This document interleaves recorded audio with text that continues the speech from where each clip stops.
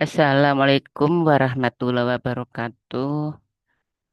Untuk mata kuliah sanitasi total berbasis masyarakat atau STBM, materi pekan ini yang akan saya sampaikan yaitu komunikasi interpersonal dalam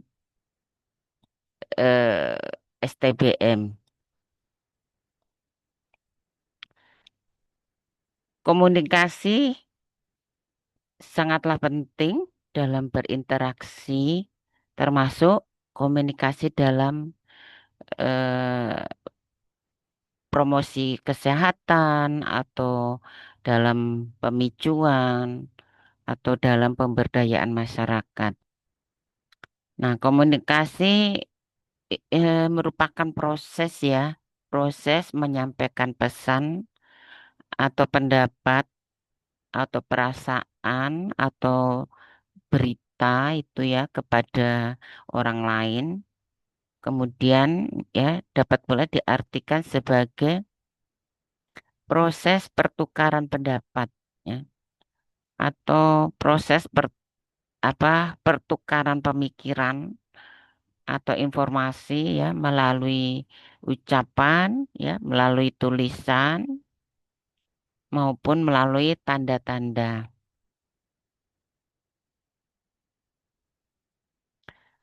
Pengertian ini masih terkait dengan konsep komunikasi interpersonal dan perannya dalam pemicuan STBM.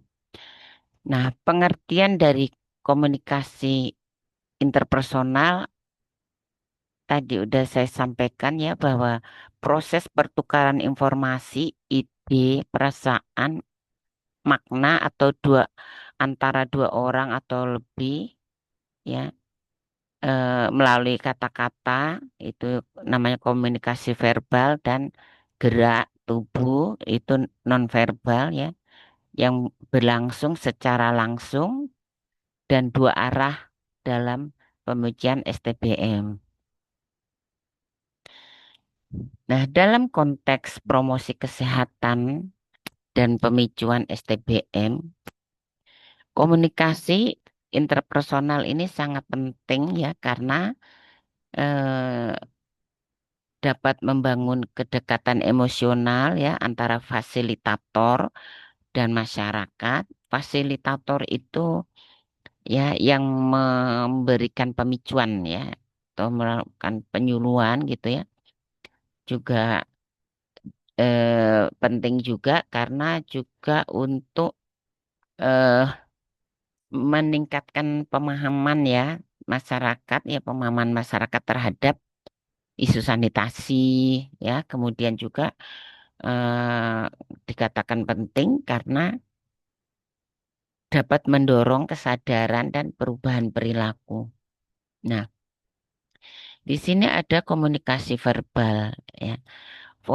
Komunikasi verbal itu merupakan proses penyampaian pesan melalui lisan ya atau ucapan yang langsung ya eh, juga dengan komunikasi verbal ini penyampaian pesan itu eh ya penyampaian pesan itu tujuannya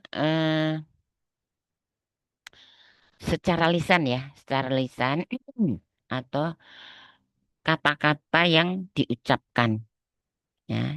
Ini komunikasi verbal. Nah, kalau komunikasi nonverbal ya, ini nonverbal eh merupakan proses ya, proses penyampaian pesan ya tanpa menggunakan kata-kata ya. Jadi tanpa menggunakan kata-kata ya, melainkan dengan simbol-simbol atau bahasa tubuh ya atau gestur ya bahasa tubuh atau gestur ya. Biasa kita melihat kalau orang yang mengalami masalah dengan komunikasi biasa kan dengan bahasa tubuh ya, gerakan tangan, simbol-simbol seperti itu ya. Nah, jadi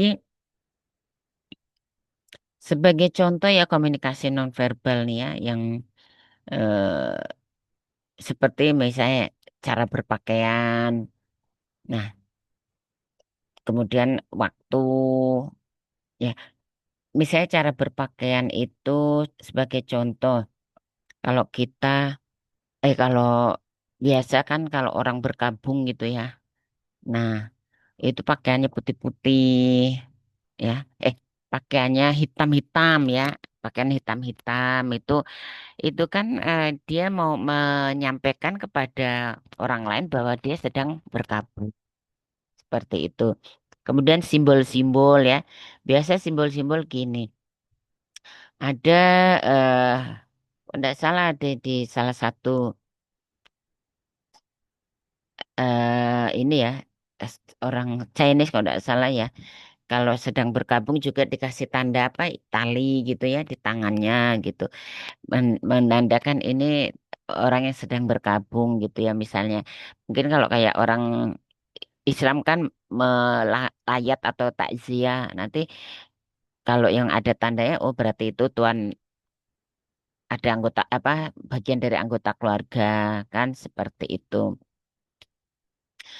Kemudian juga misalnya eh, tempat ya tempat misalnya kita mau apa namanya yang nonverbal ya misalnya tempat mau rapat ya rapat di kalau pertemuan ya pertemuannya itu di sebuah ruangan itu berdiskusi gitu ya berdiskusi kan bisa di mana aja gitu ya nah kok di ruangan itu menggambarkan ini loh rapatnya formal bener gitu ya kayak bener-bener serius bisa aja keadaannya genting gitu ya.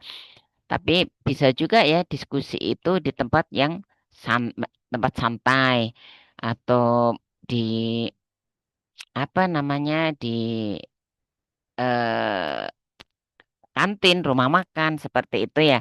Nah, itu kan menggambarkan oh itu berarti kan eh nggak nggak terlalu genting artinya gini. Itu diskusi ini dibawa santai loh ya, ndak apa tegang-tegang amat gitu ya. Jadi suasananya akan dibikin nyaman gitu ya. Seperti itu. Jadi ada cara berpakaian, ada waktu, kemudian ada tempat, hmm, gitu ya. Kemudian, nah, ciri-ciri komunikasi interpersonal yang efektif, yaitu ciri-cirian nih yang efektif nih apabila seseorang tuh empati. Empati mau merasakan eh, dari sudut pandang orang lain ya. Jadi nah ini akan efektif ya. Jadi komunikasi itu akan efektif apabila dia ada rasa empati gitu ya. Jadi kita masuk ke dalam sudut pandang dia gitu ya. Bagaimana kondisi dia, bagaimana perasaan dia kan seperti itu. Kemudian juga ciri-ciri komunikasi interpersonal yang efektif itu yaitu kejelasan pesan ya. Jadi informasi yang disampaikan dengan bahasa yang sederhana dan dapat dimengerti oleh eh, apa lawan bicara kita ya. Kemudian mendengarkan secara aktif ya. Jadi memberikan perhatian penuh ya saat lawan bicara menyampaikan pendapatnya. Jadi bukan lawan bicara kita sedang kita sedang berbicara serius, lawan bicara kita mainan HP gitu atau sebaliknya. Jadi apa namanya pihak lain yang sedang bicara dengan kita, kita pula yang mainan HP ya. Jadi harus mendengarkan secara aktif gitu ya. Kemudian umpan balik langsung. Nah, kalau komunikasi yang efektif itu biasanya responnya langsung ya. Ada respon langsung ya. Eh, eh, jadi Ya, saya tidak usah mencontohkan lah itu merupakan apa namanya udah merupakan aktivitas sehari-hari kita ya dalam hidup bermasyarakat ya bersosialisasi ya. Kalau komunikasi yang efektif itu berarti ada umpan balik langsung salah satu cirinya ya adanya respon ya. Kemudian adanya kesetaraan ya. Jadi komunikasi dilakukan tanpa merasa ada yang lebih tinggi ya. Nah, ini komunikasi secara langsung ini. Jadi eh, tidak ada kecanggungan seperti itu ya. Nah, peranan masih konsep komunikasi interpersonal nih ya. Jadi peranan komunikasi interpersonal dalam pemicuan STBM. Ada 5 yaitu membangun hubungan awal. Bagaimana sih membangun hubungan awal? Ya, jadi membangun hubungan awal ini membantu ya. Ini ya sangat apa membangun hubungan awal ini untuk apa? Untuk membantu fasilitator diterima oleh masyarakat ya dan menciptakan suasana yang nyaman dan terbuka ya. Nah, ini dengan cara apa membangun hubungan yang hubungan awal itu yaitu melalui tanya jawab dulu ya, tanya jawab secara langsung. Kita sebagai fasilitator dengan audien atau yang dilakukan pemicuan ya. Nah, bisa dengan menggali kondisi nyata di masyarakat ya. Jadi itu untuk mencairkan dulu ya. Jadi menanyakan gitu kondisi nyata di masyarakat tempat kita melakukan pemicuan. Kemudian yang kedua menggali masalah sanitasi. Nah, ini juga melalui tanya jawab langsung ya. Jadi fasilitator ini bisa menggali kondisi nyata di masyarakat terkait masalah sanitasi.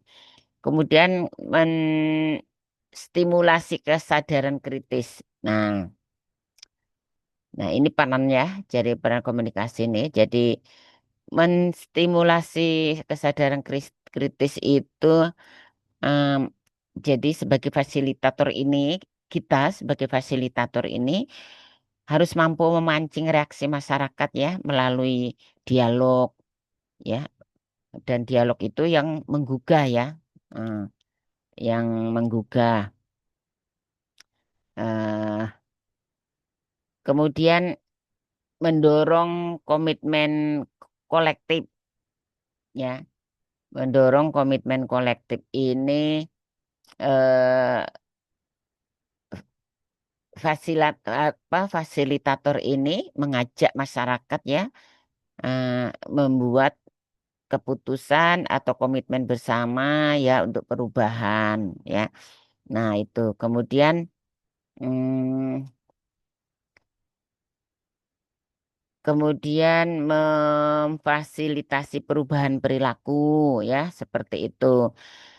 Nah, ini dengan cara komunikasi yang persuasif dan suportif ya untuk memfasilitasi perubahan perilaku itu ya dengan komunikasi yang persuasif dan suportif ini untuk membantu masyarakat ya untuk berani berubah dan mempertahankan perubahan itu ya. Jadi jangan tidak hanya berubah sesaat tapi juga mempertahankan perubahan itu. Nah, contoh praktik komunikasi interpersonal dalam pemicuan STBM misalnya nih ya. Jadi kita nih eh, sebagai fasilitator ya. Ini contoh ya, contoh sedikit saja bahwa misalnya gini, sebagai fasilitator kita ya, pertama bapak-bapak, kalau ada kalau ada lalat hinggap di kotoran dan setelah itu kemakan kita, ya, kira-kira apa yang terjadi? Maksudnya ini hinggap di makanan ya, hinggap di makanan. Bapak-bapak, kalau ada lalat hinggap di makanan, hinggap di, salah. Misalnya gini, ntar. Bapak-bapak kalau ada lalat hinggap di kotoran, dan setelah itu hinggap, hinggap di makanan, ya, hinggap di makanan, makanan kita ya. Kira-kira apa yang terjadi, gitu kan? Kita tanya gitu kepada audien. Kemudian warga nih jawab, ya makanan jadi kotor, eh, kita bisa kena penyakit, misalnya kayak gitu. Ya. Kemudian fasilitator merespon lagi, iya betul, itu yang membuat kita diare dan diare itu akan menyebar dengan cepat karena kotoran kita tidak dikelola dengan baik dan benar. Nah, ini contohnya seperti ini komunikasi interpersonal dalam pemikiran STPM yang eh, efektif ya. Jadi ini ada eh, komunikasi langsung ya, ada respon langsung ya, seperti itu. Nah, jadi komunikasi yang teknik komunikasi ini kan teknik komunikasi ya yang digunakan itu ada bahasanya ya bisa sederhana, pernyataannya bisa terbuka, pendekatannya tidak menggurui ya. Kemudian juga membangun pemahaman secara logis gitu ya. Nah, kemudian contoh yang kedua nih, membangun komitmen dengan empati ya. Nah, ini terkait dengan komunikasi interpersonal ya, eh, dalam pemicuan ya. Jadi di sini saya berikan contoh bahwa eh, fasilitator ya, kita sebagai fasilitator akan bicara seperti ini. Saya tahu bagaimana, saya tahu membangun jamban tidak mudah. Tapi ya, kalau kita saling bantu, apakah kita bisa mulai dari satu rumah dulu gitu? Ya seperti ini misalnya. Saya tahu membangun jamban itu tidak mudah ya, tapi kalau kita saling membantu ya, apakah kita bisa mulai dari satu rumah dulu gitu kan? Kemudian warga akan menjawab gini misalnya. Bisa katanya.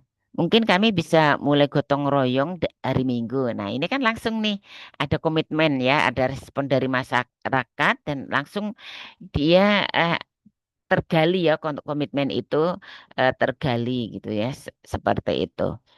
Nah, jadi eh, bahasa-bahasa komunikasi ini tidak menggurui, juga tidak mendik apa tidak memaksakan gitu ya. Nah, jadi teknik komunikasi yang digunakan itu kan di sini ada rasa empati ya, karena saya tahu membangun jamban itu tidak mudah, kan empati itu ya. Jadi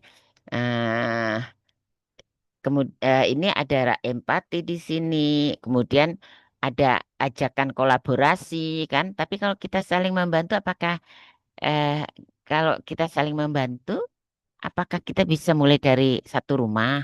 Nah itu kan eh, ngajak apa namanya ajakan kolaborasi gitu ya. Kemudian juga akhirnya muncul komitmen ya secara kolektif kan. Bisa, mungkin kami bisa mulai dari gotong royong hari Minggu katanya kan seperti itu. Nah ini komunikasi yang digunakan ini merupakan teknik komunikasi yang efektif ya seperti itu. Jadi kesimpulannya nih, komunikasi interpersonal adalah alat penting dalam pembicaraan STBM ya. Karena apa? Karena akan menyentuh aspek kognitif ya eh, apa namanya pengetahuannya, kemudian juga eh, apa namanya dia akan menggerakkan perilaku, kemudian eh, juga menggerakkan sosial masyarakat, kemudian juga eh, eh, dapat membantu ya, jadi dapat membantu fasilitator fasilitator menciptakan perubahan perilaku secara sukarela. Kemudian juga dapat membangun kepercayaan dan keterlibatan aktif dari masyarakat atau warga dalam program STBM. Nah, itu jadi teknik komunikasi ini digunakan ini eh, merupakan alat yang sangat penting ya untuk melakukan perubahan perilaku. Nah, jadi prinsip-prinsip komunikasi interpersonal yang efektif. Ya. eh, Pengertian secara umum ya, komunikasi interpersonal dalam konteks pemicuan STBM adalah proses pertukaran pesan ya, pertukaran pesan eh, antara fasilitator dan masyarakat yang bertujuan untuk membangun kepercayaan, meningkatkan kesadaran kritis terhadap masalah sanitasi, kemudian dapat mendorong masyarakat mengambil keputusan dan tindakan secara sukarela ya, tanpa adanya paksaan. Jadi dalam pemicuan ini tidak boleh ada paksaan. Jadi agar komunikasi ini efektif dan berdampak, maka diperlukan penerapan prinsip-prinsip komunikasi interpersonal yang sesuai dengan konteks sosial budaya masyarakat. Nah, apa itu prinsipnya? Ya, jadi ada 7 prinsip ya dalam komunikasi interpersonal yang efektif. Pertama, tadi seperti di awal saya katakan harus ada empati. Empati itu seperti apa ya? Empati itu ya eh, kemampuan seseorang untuk memahami perasaan orang lain atau perspektif orang lain atau kondisi orang lain ya. Ini tanpa menghakimi ya, tanpa menghakimi ya. Contohnya misalnya fasilitator itu memahami keterbatasan ekonomi warga ya. Nah, ini jadi fasilitator ini tidak boleh menyalahkan eh, warga yang belum misalnya memiliki jamban ya, tapi mengajak bersama-sama mencari solusi ya, seperti itu. Kemudian yang kedua, eh, prinsipnya ini harus membangun kepercayaan atau trust ya.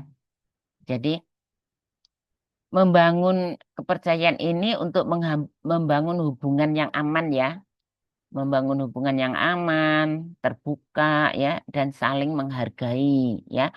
Contoh membangun apa namanya membangun hubungan yang aman itu contohnya eh, menggunakan sapaan akrab ya. Kemudian mendengarkan tanpa menyela, menghormati adat dan struktur sosial setempat. Jadi kalau dalam pemicuan itu ya eh, itu eh, supaya dia percaya sama kita, ada trust terhadap kita sebagai fasilitator, maka gunakan sapaan yang akrab. Jadi pertama memperkenal setelah eh, fasilitator mengenalkan diri, kemudian minta warga itu memperkenalkan diri. Nah, fasilitator nih usahakan untuk mengingat ya, menanya sapaannya apa Bu, misalnya. Ah, nama sapaan nama ibu apa, misalnya seperti apa ya?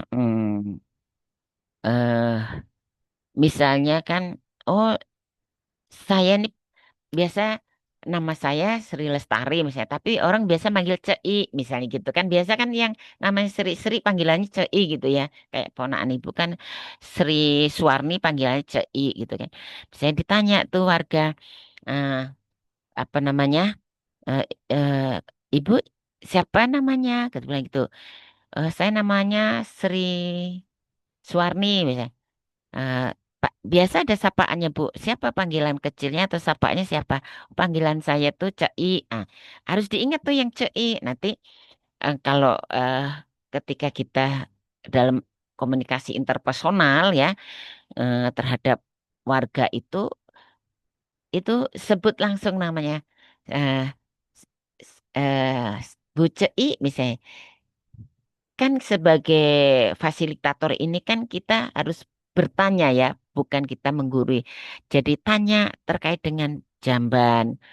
Misalnya, Bu Cei, kita bilang gitu. eh, Menurut Bu Cei, eh, kalau buang air besar di sungai itu baik enggak? Nah, jadi langsung dipanggil namanya. Jadi dia akan merasa dihargai gitu ya. Oh, langsung fasilitator itu mengenali saya, ya, dan saya dihargai gitu ya. Merasa dihargai seperti itu. Nah, ini untuk membangun trust atau kepercayaan ya.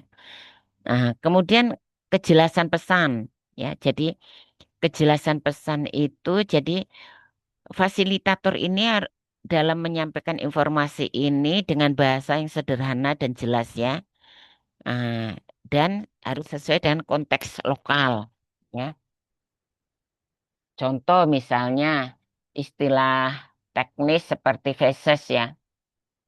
Istilah itu teknisnya itu kan feses ya, eh, bahasa kerennya lah feses gitu ya.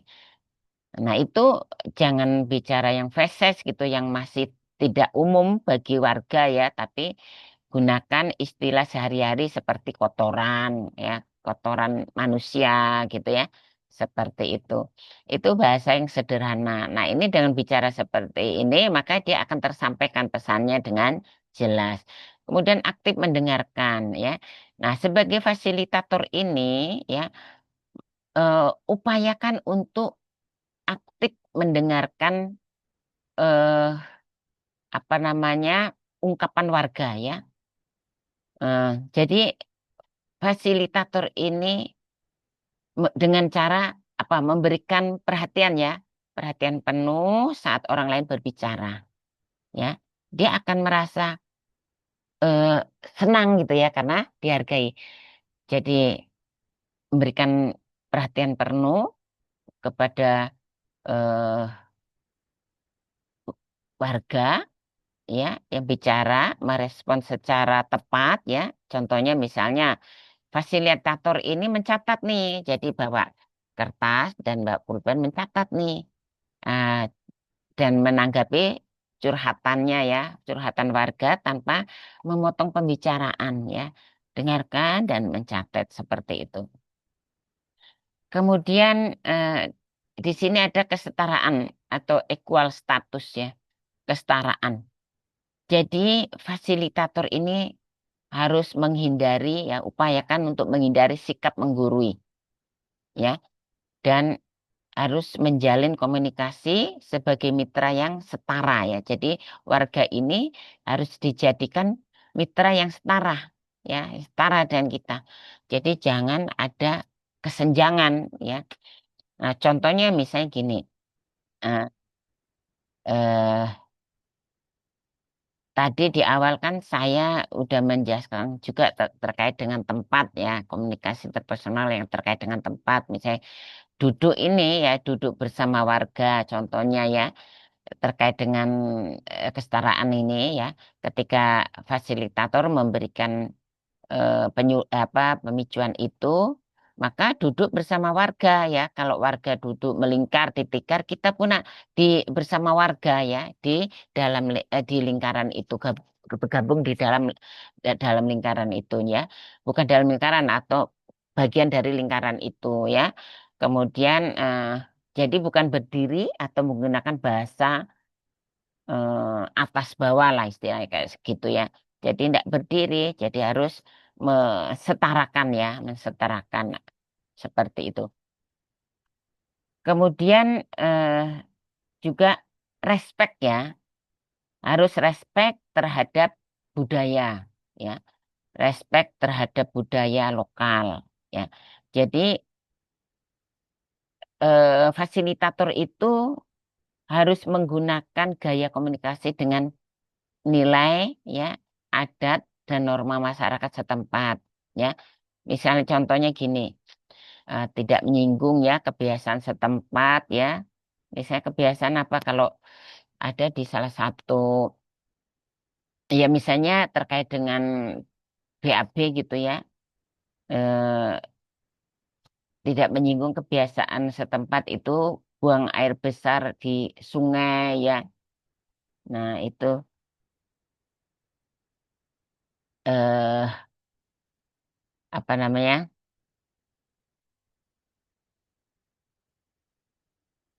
Misalnya ah, bukan itu contohnya apa ya misalnya contohnya. Jadi tidak menyinggung lah, intinya tidak menyinggung kebiasaan setempat ya, bahkan menjadikan sebagai kekuatan lokal dalam pemicuan apa yang dicontohkan misalnya kebiasaan setempat ya. Atau nanti kalian karena ini rekaman terburu-buru, ibu mau mikir cari contohnya belum dapat nih. Nanti kalau udah ini dapat ibu berikan contohnya ya. Kemudian yang ketujuh ya, yang terakhir itu memberi umpan balik positif ya. Jadi fasilitator ini mengupayakan ya menyampaikan aspirasi dan koreksi dengan cara membangun. Ingat tuh ya, dengan cara membangun ya. Contohnya misalnya eh gini terkait dengan jamban ya misalnya. Bapak sudah mulai gali lubang. Nah, misalnya kan, nah itu langkah luar biasa katanya. eh, Langkah luar biasa. Jadi tinggal bikin penutupnya biar makin aman. Nah, seperti itu ya. Jadi membangun gitu ya. Kalau eh, apa memberikan support ya, memberikan umpan balik yang positif. Nah, seperti itulah contohnya ya. Memberikan contoh ini kadang apa agak sulit, tapi itulah sebagai contoh ya untuk membangun umpan balik itu seperti itu. Contohnya, apakah Bapak kan sudah mulai gali lubang toh? Nah, itu langkah luar biasa ya. Jadi Bapak tinggal bikin penutupnya supaya semakin aman itu ya. eh, Apa namanya kotoran itu tertutup gitu. Nah, seperti itulah. Jadi bahasa yang sederhana. Kemudian prinsip-prinsip komunikasi interpersonal yang efektif itu juga setelah tadi eh, rangkaian rangkaian materi yang saya sampaikan, maka kemudian lakukan simulasi singkat ya. Jadi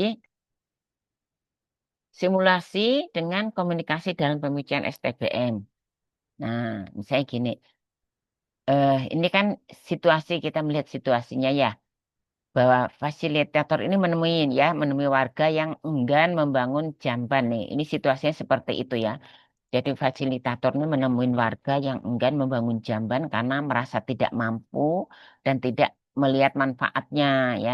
Setelah kita melihat gali informasi atau pahami betul ternyata begitu ya keadaan warga ya. Nah, lalu nah, ini sebagai contoh ya, sebagai contoh yang tanpa prinsip komunikasi interpersonal dan dengan prinsip komunikasi interpersonal. Dengan kasus seperti di atas ini, ya, situasi di atas ini. Nah, contoh tanpa prinsip komunikasi interpersonal. Kalau Bapak tidak bangun jamban, itu bikin warga, eh, kalau Bapak tidak membangun jamban, itu akan bikin warga lain bisa sakit. Jangan egois ya. Nah, ini sebagai contoh komunikasi tanpa prinsip komunikasi interpersonal ya. Nah, kemudian ini contoh dengan prinsip komunikasi interpersonal. Jadi akan kelihatan ya lebih lembut. Saya paham, saya paham Pak, kondisi ekonomi saat ini sedang sulit. Tapi kalau kita bisa cari cara dengan gotong royong, mungkin bisa dimulai dari yang sederhana. eh, Bagaimana kalau kita pikirkan bersama solusinya? Ah, sepertilah kira-kira seperti itu ya. Ini menggambarkan ya komunikasi interpersonal ya yang menggunakan prinsip ya. Nah, seperti itu. Prinsip apa? Prinsip pemicuan. Jadi pentingnya prinsip-prinsip pemicuan ya, prinsip-prinsip komunikasi interpersonal ini dalam pemicuan yaitu untuk menggugah kesadaran masyarakat ya itu karena apa? Karena perubahan perilaku tidak bisa dipaksain, tidak bisa dipaksakan ya, jadi butuh pendekatan secara manusiawi. Kemudian juga penting karena ini dapat mendorong aksi kolektif. Nah, tujuan pemicuan itu kan untuk mendorong aksi kolektif nih dari warga ya. Jadi ini dibutuhkan kepercayaan ya. Jadi hubungan yang setara dan komunikasi yang terbuka ya.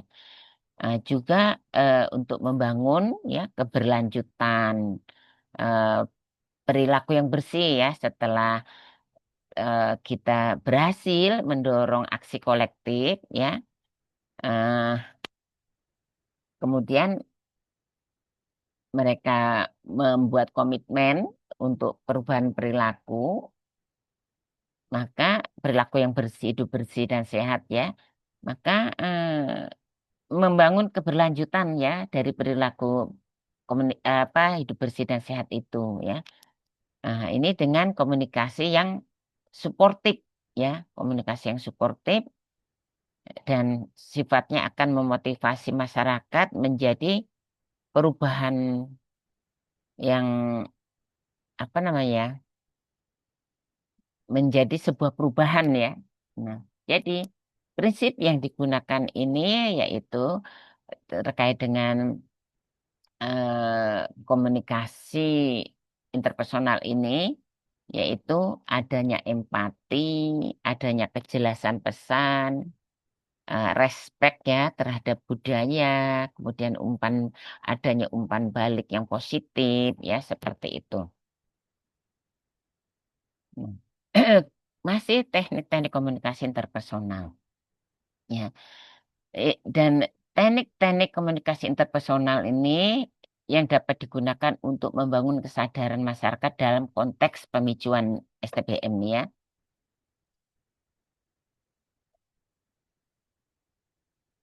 Eh, Dikasih tanda biar lebih jelas. Ya, oke. Nah, satu aktif mendengarkan. Ya, jadi dalam konteks STBM, komunikasi interpersonal ini menjadi alat utama fasilitator ya untuk menggugah kesadaran ya terhadap pentingnya sanitasi, kemudian untuk membangun yang akrab ya setara ya, kemudian untuk membangun partisipasi aktif dan perubahan perilaku. Ingat itu ya. Jadi, nah di sini ya, teknik komunikasi interpersonal ini bukan sekedar menyampaikan informasi saja, ya, tetapi bagaimana menyampaikannya agar diterima, dipahami, dan dapat menggerakkan masyarakat ya untuk melakukan perubahan perilaku. Ya. Nah ini, jadi ini ada teknik-tekniknya, ada 9, ya. Eh, Pertama teknik mendengarkan, ya. Nah, ini mendengarkan secara penuh ya, secara penuh perhatian tanpa menginterupsi, memotong eh, eh, ucapan dari warga ya dengan menunjukkan minat ya melalui ekspresi dan gestur kita gitu ya. Nah, contoh misalnya fasilitator menyimak keluhan warga soal tidak mampu bangun jamban ya. Tanpa langsung menyela atau menghakimi. Ya. Nah, kemudian yang kedua parafrase dan klarifikasi. Nah, ini eh, fasilitator ini mengulang inti pesan yang disampaikan lawan bicara ya. Jadi itu menunjukkan aktif mendengarkan ya. Jadi ah, mengulang inti pesan yang disampaikan oleh lawan bicara dalam hal ini warga ya yang menyampaikan apa namanya menyampaikan keluhan ya seperti itu. Nah, jadi untuk memastikan pemahaman ya untuk memastikan pemahaman contoh misalnya setelah tadi ini ya kemudian eh, setelah warga misalnya tadi bilang eh, melakukan keluhan ya tidak memiliki jamban ya, tidak mampu membangun jamban, maka fasilitator bilang gini ya, jadi maksud Bapak sama ini tidak ada tempat buang air karena lahannya terbatas. Begitu ya. Nah, jadi bertanya seperti itu otomatis akan terpancing gitu. Nah, apa sih yang tidak mampu bangun jamban itu masalahnya itu apa? Kan kayak gitu. Apakah benar materi atau kok memang lahannya tidak ada atau apa gitu ya seperti itu. Kemudian empati verbal ya. Nah, ini menunjukkan pengertian dan kepedulian terhadap kondisi emosional orang lain ya. Nah, ini contohnya ya. Misalnya, saya bisa bayangkan bagaimana repotnya jika hujan dan harus ke kebun untuk buang air, ya kan? Nah, dari keluhan warga yang tadi misalnya seperti itu ya. Kemudian yang keempat, pertanyaan terbuka ya. Nah, pertanyaan terbuka ini juga bagian dari tekniknya, teknik komunikasi interpersonal. Jadi pertanyaan yang mendorong warga untuk berpikir kritis ya dan menggali pengalaman mereka ya. Contohnya seperti contohnya begini. Eh, menurut Ibu, nah ini kita fasilitator yang tanya. Menurut Ibu, apakah dampaknya jika anak-anak terus buang air sembarangan di dekat sekitar rumah? Bagaimana menurut Ibu gitu kan? Nah, itu. Jadi memberikan pertanyaan terbuka, jadi dia bisa leluasa dia mau nyampaikan apa kan seperti itu. Kemudian lakukan pujian dan penguatan positif. Ya, ini tekniknya ya. Jadi ini lakukan pujian ini dengan memberikan pengakuan atas upaya atau pendapat warga untuk meningkatkan motivasi. Contohnya misalnya luar biasa ya Pak. Pak RT ini sudah mulai membangun jamban. Nah, ini bisa jadi contoh untuk warga lain. Nah, seperti ini. Seperti itu contohnya ya, misalnya. Kemudian di sini ada bahasa metafora atau cerita lokal. Ya, jadi ini eh, menggunakan cerita lokal ya, cerita rakyat ya, cerita rakyat, perumpamaan ya, atau contoh nyata yang relevan ya dengan budaya lokal. Misalnya apa ya?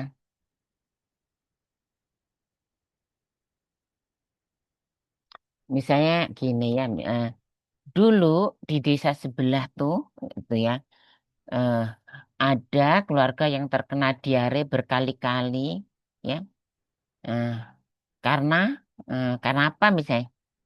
Buatlah cerita yang menyentuh hati, ya. Nah, seperti itu. Kemudian yang ketujuh bahasa tubuh yang terbuka. Ya, bahasa tubuh juga harus terbuka, gestur tubuh kita, ekspresi wajah, kontak mata yang menunjukkan keterbukaan dan penerimaan, ya, penerimaan fasilitator terhadap apapun masukan keluhan dari warga. Ya, contoh misalnya ya, contoh dari gestur ya, eh, eh, bahasa tubuh yang terbuka ini kan, misalnya dari gestur. Misalnya ya, fasilitator ini setelah mendengarkan keluhan dari warga tersenyum, ya, tersenyum, mengangguk, ya, dan duduk sejajar dengan warga saat berdiskusi. Kemudian keheningan strategis, nah, keheningan strategis, ya, apa sih keheningan strategis itu? Menggunakan jeda hening sejenak ya untuk memberi ruang berpikir atau mendorong tanggapan dari warga ya. Contohnya misalnya setelah menunjukkan peta jalan. Nah, ini nanti kan eh, fasilitator itu membuat peta jalan ya, peta jalan, jalannya tinja ya. Nah, kemudian fasilitator itu eh, diam sejenak gitu ya. Diam sejenak menunggu reaksi warga dulu ya, menunggu reaksi warga. Nah, bagaimana sih reaksi warga gitu ya? Nah, kemudian reframing, reframing itu menggugah cara pandang masyarakat terhadap suatu masalah ya ke arah yang lebih positif dan solutif ya ini ya terakhir ini ya. Jadi reframing ini. Nah, contohnya ini ya.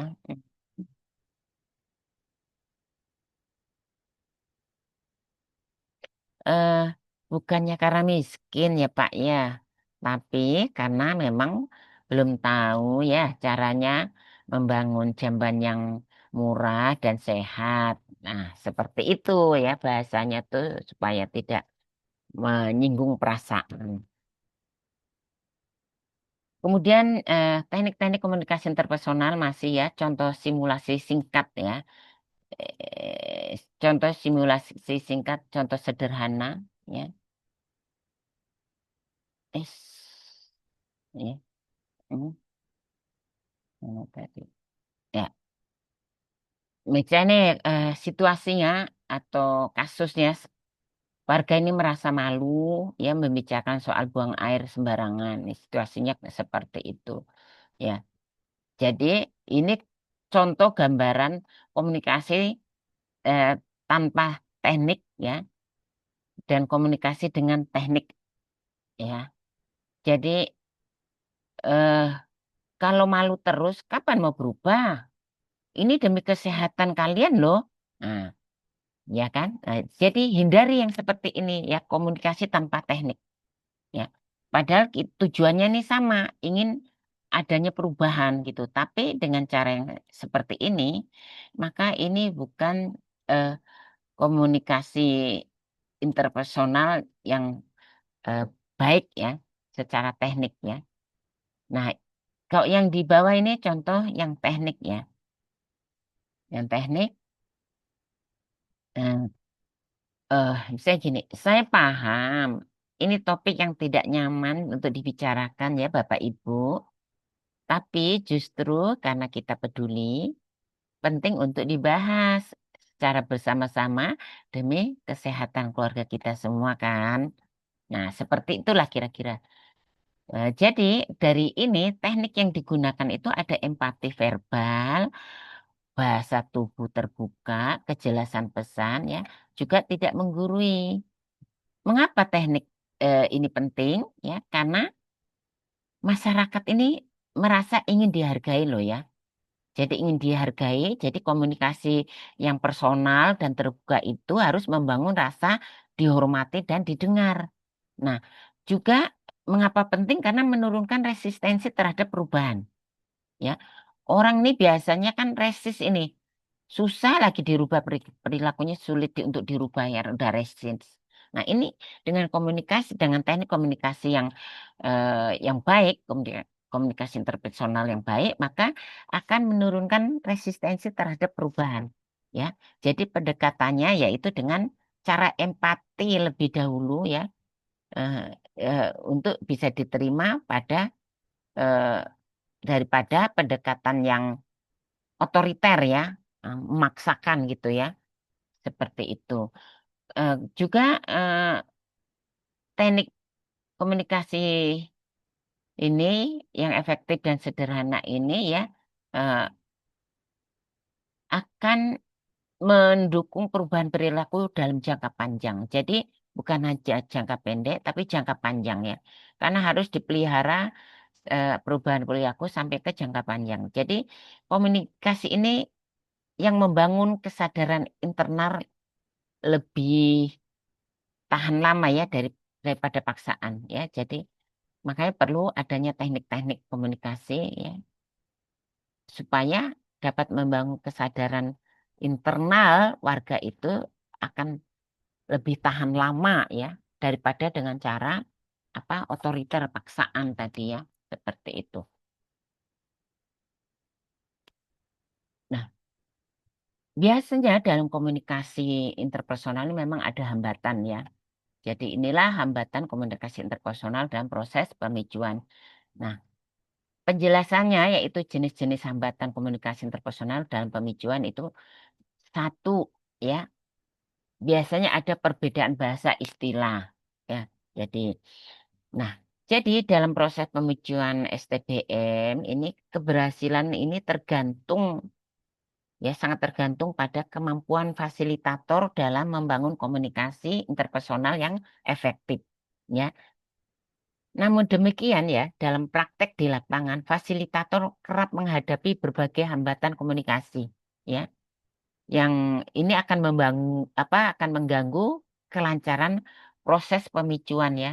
Jadi, karena kadang-kadang juga akan kehabisan kata-kata, karena kita harus menggali ya, bukan menggurui ya, bukan menggurui. Jadi, seperti minggu-minggu yang lalu kan Ibu udah sampaikan dalam pemicuan ini, fasilitator ini memposisikan sebagai murid dan warga ini sebagai guru yang harus memberikan penjelasan. Jadi kita tanya-tanya terus sampai kita berhasil menggali informasi ya, yang akhirnya kita akan dapat memberikan solusi seperti itu. Ya, jadi eh, kaitannya dengan komunikasi interpersonal ini memang sering mengalami hambatan ya, hambatan dalam hal berkomunikasi ya. Nah, ini akan mengganggu kelancaran di dalam pemicuan. Ya, jadi untuk memahami dan mengantisipasi hambatan-hambatan ini sangat penting jadi kita harus paham ya, agar apa? Agar fasilitator dapat menyesuaikan pendekatan komunikasi, kemudian membangun hubungan yang lebih terbuka dengan warga, kemudian menghindari konflik atau penolakan dari warga, ya, kemudian juga dapat mencapai tujuan perubahan perilaku dengan pendekatan persuasif dan partisipatif, ya. Nah, seperti ini ya dengan jenis-jenis hambatannya yang biasa terjadi yaitu adanya perbedaan bahasa. Nah, ini warga ini tidak memahami istilah teknis atau bahasa yang digunakan fasilitator ya. Misalnya contoh fasilitator menggunakan kata feses seperti yang di awal tadi saya jelaskan ya. Feses atau sanitasi lingkungan ya, seperti itu. Maka fasilitator ini gunakanlah bahasa yang familiar yang biasa digunakan oleh warga, misalnya kotoran ya, seperti itu. Terus kemudian fasilitas sanitasi itu jamban ya, seperti itu. Nah, bukan toilet gitu ya. Kemudian yang kedua budaya dan norma sosial ya. Nah, ini topik seperti BAB dianggap tabu ya, atau tidak pantas dibicarakan secara terbuka. Buang air besar sembarangan nih.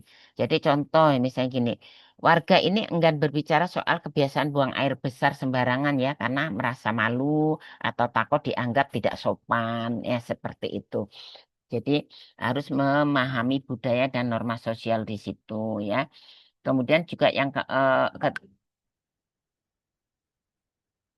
ketiga ya, sikap menggurui atau otoriter. Nah, ini fasilitator ini terlihat seperti misalnya menyalahkan atau menghakimi masyarakat nih.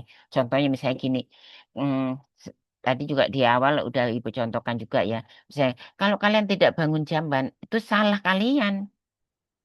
Jadi salah kalian sendiri kalau kalian tuh sakit.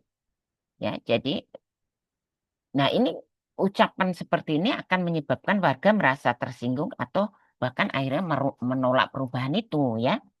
Merasa tersinggung gitu, marah ya. Kemudian yang keempat, kurangnya kepercayaan. Nah, jadi warga ini tidak mengenal atau tidak percaya pada fasilitator ya. Contohnya misalnya eh, masyarakat ini pasif ya, tidak respon atau bahkan tidak apa bisa meninggalkan pertemuan ya karena merasa fasilitator ini orang luar ya yang tidak paham kondisi mereka. Maka usahakan kita berusaha memahami gitu ya. Memahami, lakukan pendekatan-pendekatan sebelum melakukan pemicuan ya. Pendekatan awal tadi kan ada udah Ibu jelaskan juga ya. Kemudian yang kelima perbedaan latar belakang ya.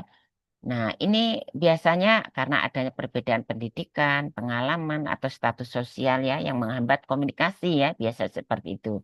Nah, ini suasana pertemuan tidak kondusif dengan anu eh, eh, kita sebagai fasilitator menunjukkan perbedaan itu ya bahwa oh saya pendidikannya tinggi, saya menguasai nih menguasai masalah-masalah eh, termasuk teori-teorinya misalnya seperti itu ya. Nah, jadi eh, atau mungkin fasilitator menjelaskan lulusan perguruan tinggi UGM, UI dan sebagainya ini. Jadi tidak boleh ya. Ini akan menyulitkan untuk penyesuaian gaya bicara dengan warga yang tidak menyelesaikan pendidikan dasar. Jadi jangan menyinggung terkait dengan pendidikan, misalnya seperti itu. Kemudian ini karena apa? Akan mengurangi eh, apa namanya? Kepercayaan ya nanti. Kemudian yang keenam gangguan fisik dan atau lingkungan ya. Nah, ini biasanya suasana pertemuan tidak kondusif ya. Biasa kan mungkin pas ada pertemuan pemicuan bising ya. Kan ada ibu-ibu biasanya bawa anak. Nah, itu enggak apa-apa ya. Jadi jangan dilarang untuk membawa anak. Jadi bising, kemudian mungkin sedang hujan deras ya, tiba-tiba hujan deras atau warga tidak fokus karena jam pertemuan bertepatan dengan waktu kerja tani. Nah, ini gangguan fisik atau gangguan lingkungan ini mesti akan ada nih di lapangan. Nanti bagaimana cara menyikapinya ya. Jadi seperti itu. Kemudian asumsi dan prasangka ya. Eh, jadi baik di sini baik fasilitator maupun warga ini membawa prasangka negatif satu sama lain. Nah, di sini nih. Jadi warga ini membawa prasangka negatif, fasilitator juga membawa prasangka negatif. Nah, itu jangan dibawa prasangka negatif ya. Misalnya contohnya fasilitator menganggap warga malas, tidak peduli. Padahal sebenarnya warga belum tahu ya cara membangun jamban yang murah itu seperti apa. Nah, jadi seperti itu. Yang kedelapan kurangnya keterampilan fasilitator. Nah, jadi di sini fasilitator tidak mampu ya menyesuaikan gaya komunikasi dengan audien. Ya, biasa gitu. Jadi kurang terampil ya. Contohnya misalnya tidak mampu membuat suasana cair ya. Nah, jadi memang pembicaraan itu tidak gampang gitu ya. Jadi tidak bisa mendengarkan secara aktif atau tidak mampu menggali respon warga seperti itu ya. Nah, ini jadi jenis-jenis hambatan ya, seperti itu yang selama ini eh, ditemukan ya. Mungkin ada hambatan yang lain nanti ya di luar ini. Nah, strategi mengatasi hambatan seperti apa ya? Jadi sebagai calon tenaga kesehatan atau calon fasilitator masyarakat, ini mahasiswa ini perlu mampu menggali hambatan komunikasi sejak dini, kemudian melatih empati dan adaptasi komunikasi dalam membangun konteks ya. Kemudian tidak hanya menyampaikan pesan, tetapi juga membangun hubungan ya antara kita sebagai fasilitator dengan warga. Nah, ini jadi eh, strateginya bahasa teknis ya. Gunakan bahasa teknis ya, bahasa sehari-hari, istilah lokal. Jadi dalami dulu istilah lokal seperti apa terkait materi yang akan kita gali. Norma sosial ini tabu. Nah, ini ya jadi eh, hindari yang hal-hal yang tabu, maka gunakan analogi cerita atau simbol yang tidak langsung tadi ya. Jadi tidak langsung mengenai warga, tapi contohkan warga sebelah seperti itu yang di awal udah Ibu jelaskan.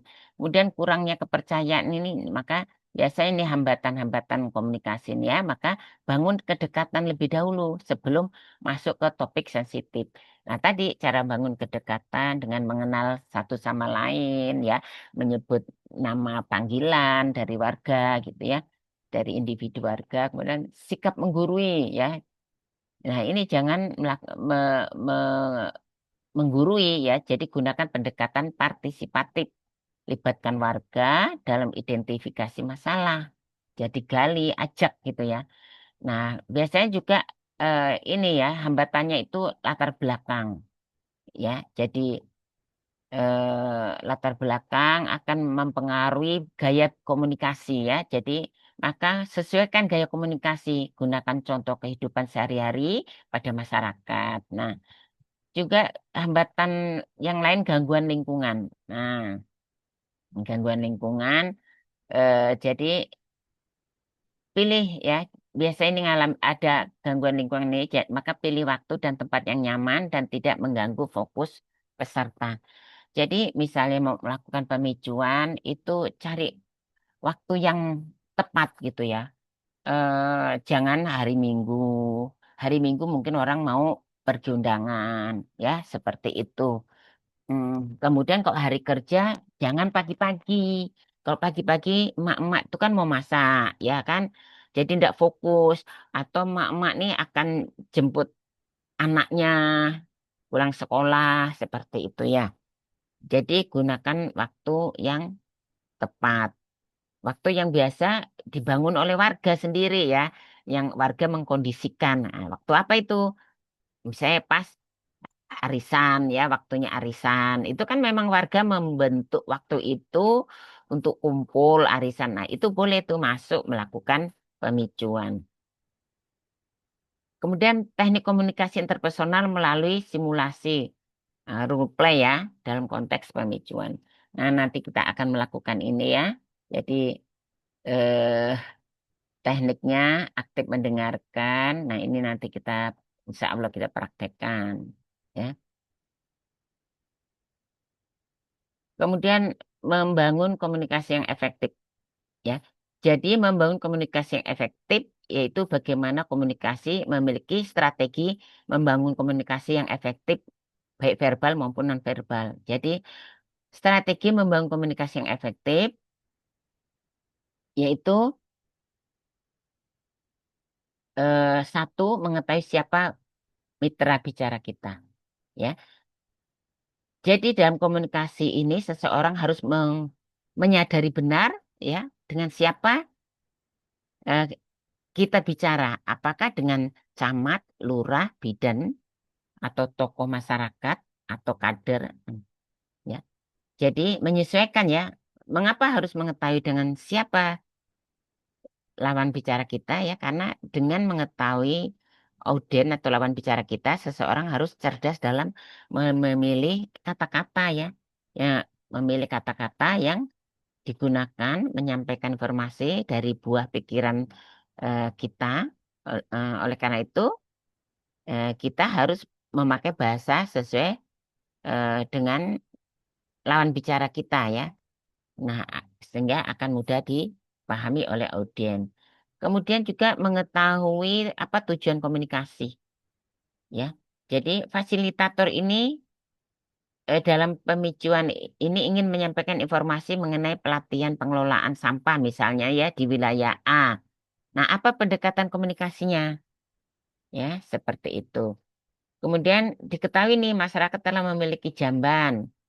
Namun masyarakat masih membuang pampers yang terdapat di tinja balita di TPS. Nah, ini kan ingin mengusulkan penyuluhan ke pihak kecamatan. Nah, apa pendekatan komunikasi yang digunakan kepada Pak Camat? Ya, seperti itu. Nah, kemudian juga eh, diketahui nih, ya, diketahui misalnya eh, masyarakat desa A sudah ber-PHBS, ya.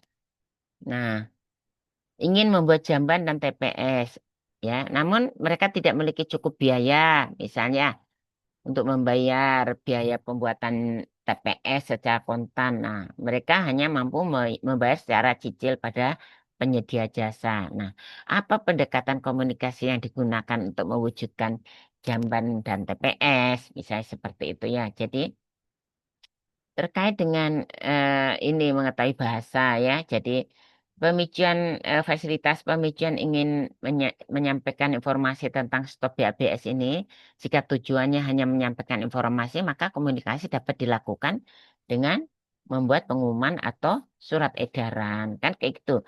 Kalau hanya ingin menyampaikan informasi tentang stop BABS kan bisa dengan surat edaran atau apa gitu ya. Jadi eh harus dalam hal membangun komunikasi ini harus mengetahui budaya kultur ya. Selain strategi ini, mengetahui budaya kultur. Budaya kultur ini penting, misalnya gini ya. Jadi pada saat berkomunikasi ini harus diingat peribahasa ya, ya. Jadi di mana bumi dipijak, di situ langit dijunjung. Nah, ya, artinya itu kan dalam berkomunikasi kita harus memperhatikan dan menyesuaikan diri dengan budaya atau kebiasaan orang atau warga setempat ya. Contohnya misalnya kita bicara sambil menunjuk sesuatu ya dengan telunjuk kepada orang yang lebih tua atau lebih tinggi kedudukannya. Nah, ini tidak boleh nih di daerah Jawa Barat atau Jawa Tengah ya. Ini bisa dianggap kurang sopan ya. Jadi tidak boleh bicara itu sambil nunjuk-nunjuk. Ibu aja kalau itu tersinggung gitu ya. Tersinggung kalau orang, jangankan apalagi yang di bawah ibu, di atas ibu aja kalau ngomong sambil nunjuk-nunjuk, ibu akan marah ya, akan tersinggung gitu. Pernah itu ya, sama-sama dosen ngomong tuh pakai nunjuk-nunjuk. Ibu wis tangannya tuh. Setelah itu terus jerak ya. Jadi ada itu sama dosen seperti itu bicara. Ya itu yang harus dihindari ya. Nah, dihindari pakai tunjuk-tunjuk misalnya seperti itu. Ini sebagai ibu contohkan ya. Kemudian ada contoh lain ya. Contoh eh saya itu kan di daerah Jawa ya, Jawa Barat. Saya kira tidak hanya di Jawa atau di Jawa Barat ya, ibu sebagai orang Jawa ya, akan tersinggung dengan bicara sambil nunjuk-nunjuk. Di luar wilayah itu juga pasti akan marah ya, seperti itu. Kemudian contoh di Sumatera Utara misalnya, orang berbicara dengan intonasi yang suaranya keras ya. Maka sebagai fasilitator orang Batak misalnya kita, eh, kalau bicara dengan audien di luar orang Sumatera Barat itu harus diimbangi ya. Jadi jangan nadanya keras gitu usahakan. Nah, jadi tapi kalau bicara dengan orang daerah Sumatera ya boleh-boleh aja. Kalau di luar orang Sumatera ya jangan bicaranya keras gitu ya. Seperti itu eh, misalnya dalam eh, memberikan misalnya pemicuan kepada orang Sunda ya, warga Sunda atau Jawa Barat. Kalau berbicara dengan orang Batak itu kan tidak perlu bertutur seperti orang Batak juga kan, ya. Jadi begitu pula sebaliknya, ya. Misalnya audiennya itu orang Sunda. Nah, kalau udah begini kan jadi supaya tidak terjadi salah tafsir ya, yang akan menggagalkan komunikasi ya. Kemudian juga terkait dengan mengetahui apa tujuan komunikasi itu ya tadi ya. Juga terkait bahasa ini jadi masalah juga nih biasa. Jadi eh, pada saat komunikasi ini ya, ini sebaiknya juga kita mengetahui bahasa mitra bicara kita ya. Jadi eh, ini bukan berarti komunikasi ini harus memahami semua bahasa dari mitra bicara kita ya. Eh, tetapi ada bahasa-bahasa tertentu ya yang dari etnis tertentu itu dianggap tabu untuk dikatakan ya itu maka untuk dihindari ya karena kalau kita ucapkan akan bermakna berbeda misalnya eh, eh, kita mau mengatakan misalnya cuma nangka kok gitu kan cuma nangka cuma nangka aja gitu kan nangka tok gitu kan nangka tok Bang. Nah, jadi ini menurut bahasa Sunda ya, biasa kan nangka doang gitu, nangka saja gitu. Tapi beda dengan orang Jawa, nangkato artinya di dalam katok gitu, di dalam celana gitu. Ada apa di dalam celana? Kan kayak gitu ya. Nah, itu akan membuat ketersinggungan gitu ya. Seperti itulah sebagai contoh untuk dipahami. Kemudian dalam bahasa eh, Jawa kan kalau bujur itu artinya lurus gitu ya. Nah, tapi beda bahasa Jawa Barat. Kalau bujur artinya pantat. Nah, jadi kita yang untuk melakukan pemicuan, fasilitator harus mengenali bahasa bahasa kritis setempat gitu ya untuk seperti itu tadi ya, eh, untuk menghindari ketersinggungan ya. Jadi tidak Hindari bahasa-bahasa itu. Seperti itu ya. Eh, Kemudian dalam komunikasi verbal maupun nonverbal. Tadi di awal juga Ibu udah singgung ya. Contohnya cara berpakaian. Kalau misalnya orang bergabung pakaiannya hitam-hitam, itu cara berpakaian itu nonverbal ya. Itu eh, apa namanya? mm, Menggambarkan sedang bergabung gitu ya. Kemudian apa lagi ya?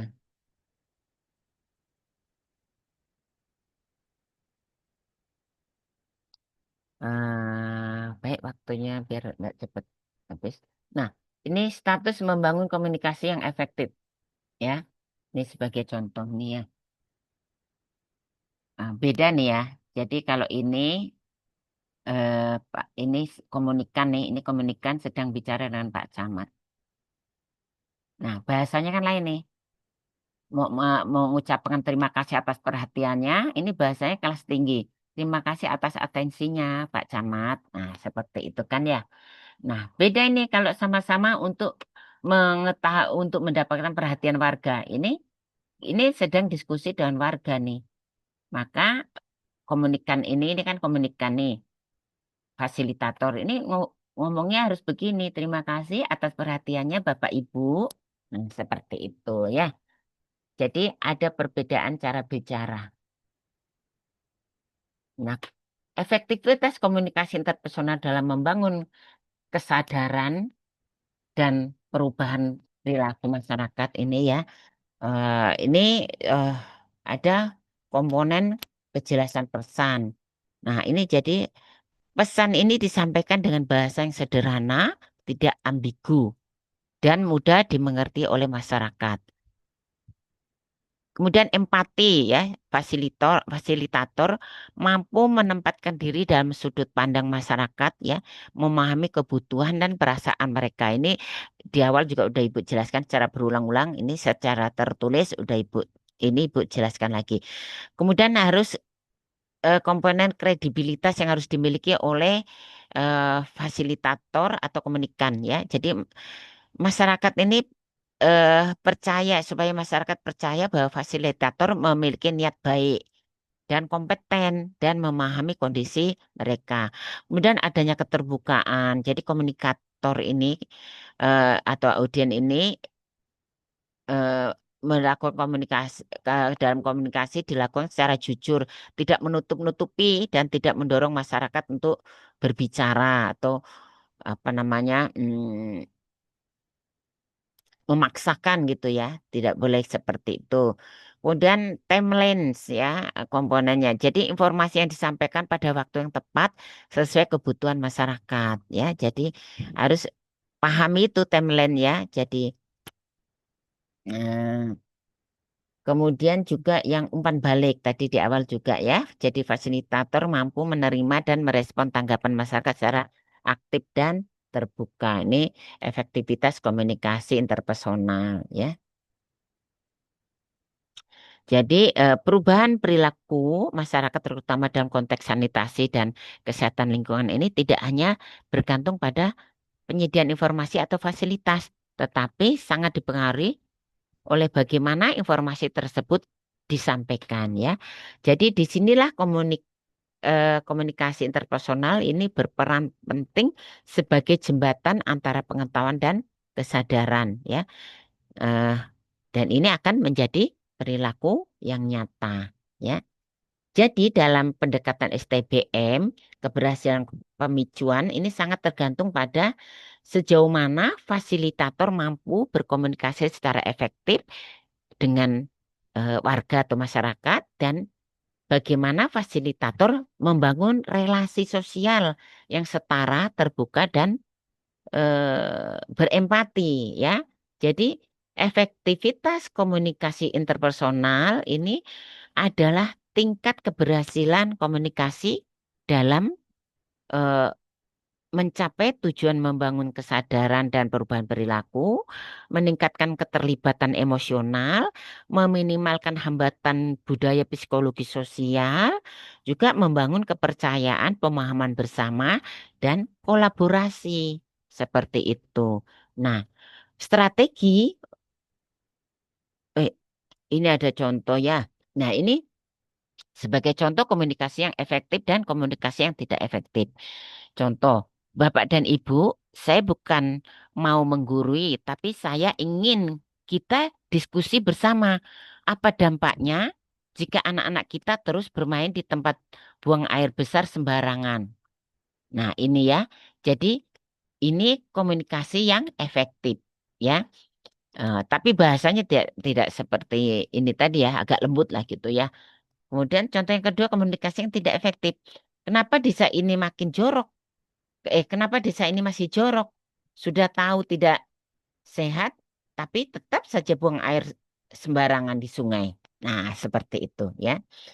Jadi, komunikasi yang efektif, efektivitas ini harus menghindari sikap otoriter, membangun rasa kebersamaan, menggunakan pertanyaan yang terbuka, ya, menimbulkan rasa memiliki dan tanggung jawab. Nah, ya, jadi yang akan menjadi masalah dalam komunikasi ini adalah menghakimi dan menyalahkan. Nah, itu tidak boleh ya, harus dihindari. Kemudian menimbulkan resistensi dan rasa malu. Nah, itu tidak boleh sampai menimbulkan jadi dia apa ya? Antipati, resistensi. Sulit untuk akhirnya tidak bisa dirubah perilakunya ya, karena dia akan merasa malu.